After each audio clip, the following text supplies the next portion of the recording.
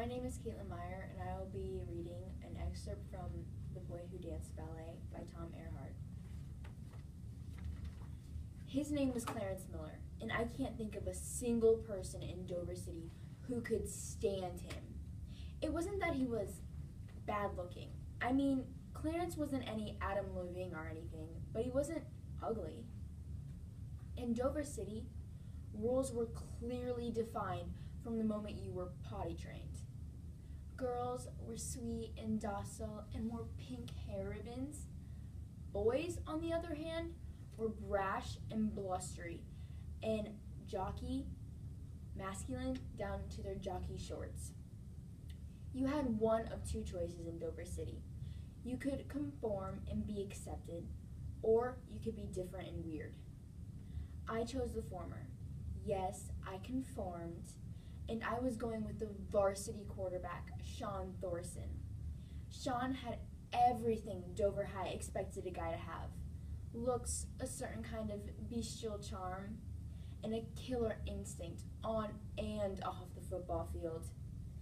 Ironically, it was through Sean and his pass plays that I even heard about Clarence. It was after the last game of the season, and Sean and I were parked. Dover High had won that night, which put Sean in an especially loving mood. I just wanted to sit there and talk without, football. But that's all Sean wanted to talk about. I finally screamed, "Can't we talk about something else for a change?" And that really set Sean off. I can still remember those words. "Well, what do you want me to do? Give up football? Would you rather have me take ballet lessons like the fruity Clarence Miller?" I questioned his tone, but he came back with, "Let's not waste any more time on Clarence and his ballet. I can think of better things to do." And so, Clarence was shoved to the back of my mind as I grappled with Sean's affections. When I got back to school on Monday, the entire student body was buzzing with ridicule. I really didn't worry about it too much until 5th period government, which I had with Clarence and about 10 football players. The minute Clarence walked into the room, I knew there was going to be trouble. I saw an almost gradual tightening as Clarence sat down. But he said nothing, just opened his books. "Oh, the strong silent type," Chuck whispered to Ron. "Better watch your step, because we don't need any fairies prancing around this town," Ron added. Why didn't they just leave him alone? He was no threat to them. Or was he? Fall dragged into winter. December has always had a bad effect on me, and that year it was particularly rotten.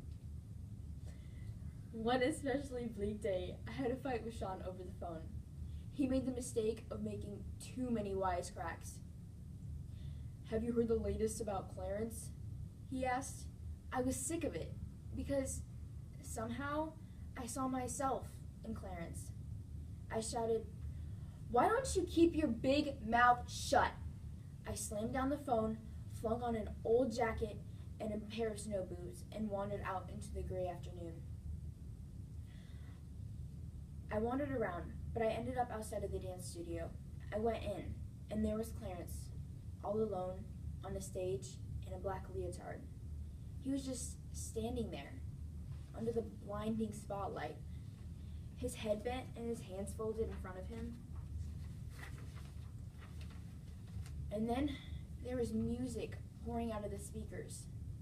With the first heartbreaking strain, Clarence began to dance. When it was over, I was crying. I got up from my seat and walked slowly toward the stage. Clarence was wiping his face with a towel, and he looked out. He was startled, or he wasn't startled, although I'm almost sure he hadn't seen me till then. I wanted to thank him, apologize, say something, anything, but the words wouldn't come. "Katelin," he said, "get out while you can. I think you know what I mean." I knew exactly what he meant. I turned and left the studio. 2 days later, he was dead.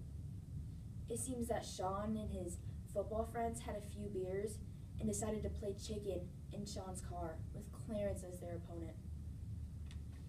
Clarence's car went into a ditch and was thrown into an icy road. An accident, of course, but I had nightmares for 6 months.